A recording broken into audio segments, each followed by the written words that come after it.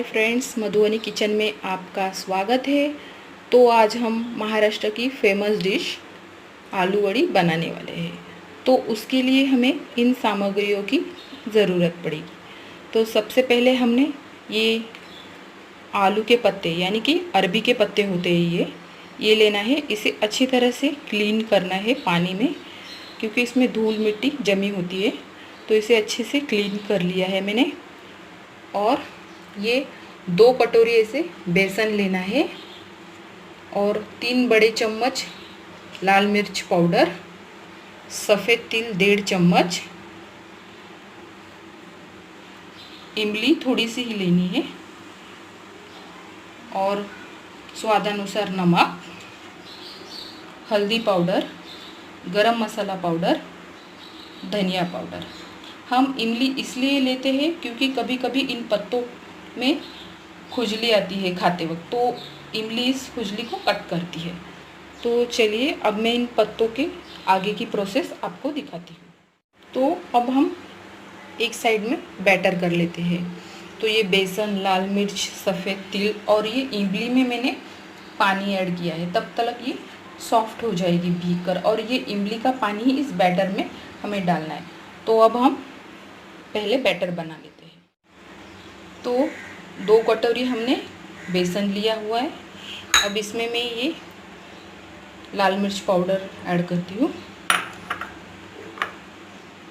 हल्दी, गरम मसाला पाउडर और धनिया पाउडर, और ये सफ़ेद तिल है,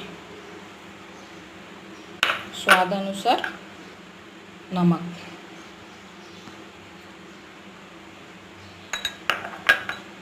और ये इमली का पानी हमें इसमें ऐड करना है।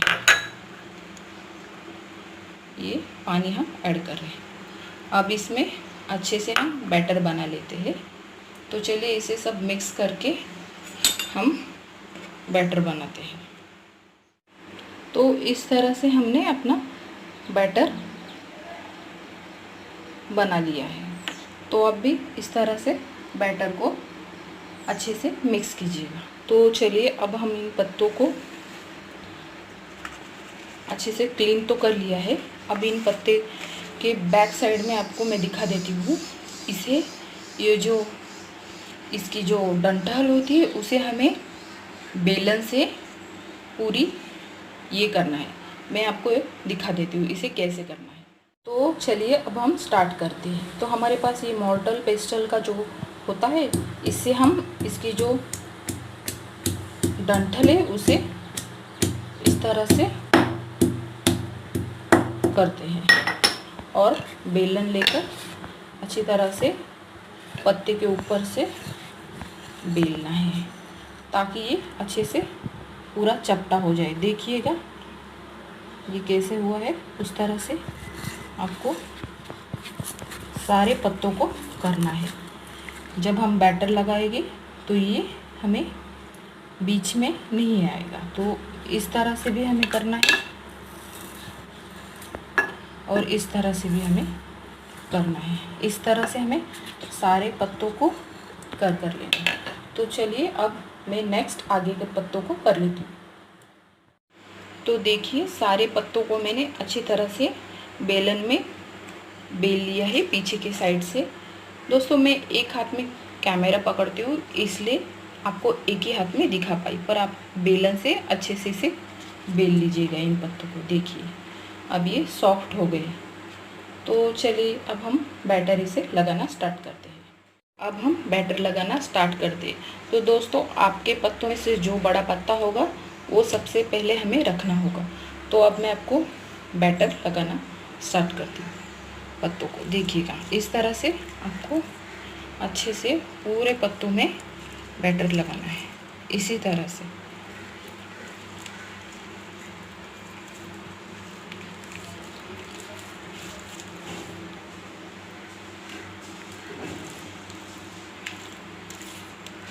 इसी तरह से हमें पत्तों को बैटर लगाकर एक के ऊपर एक रखना है। तो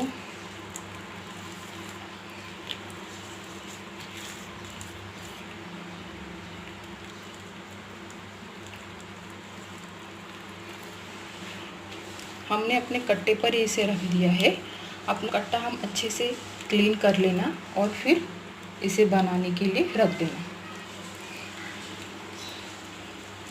देखो इस तरह से मैंने लगा लिया। अब मैं दूसरा पत्ता लूँगी, तो दूसरा पत्ता इस डायरेक्शन में रखना होगा,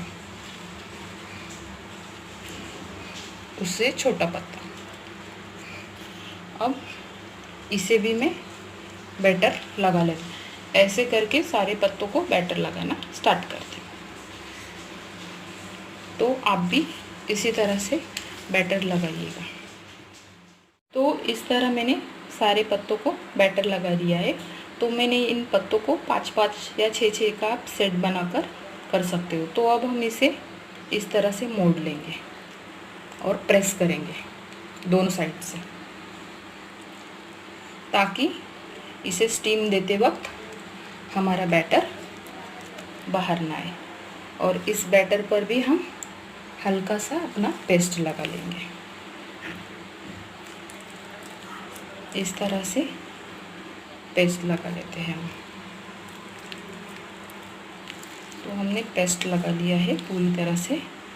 तो अब हम इसे, आप दोस्तों इसे रोल कर लेना। अब इसे फोल्ड करते जाना। यहाँ तक आप फोल्ड करते आओगे, तब इस वक्त से यहाँ से फोल्ड करना। मतलब ये अच्छी तरह से बैटर अंदर ही रहेगा, बाहर नहीं आएगा।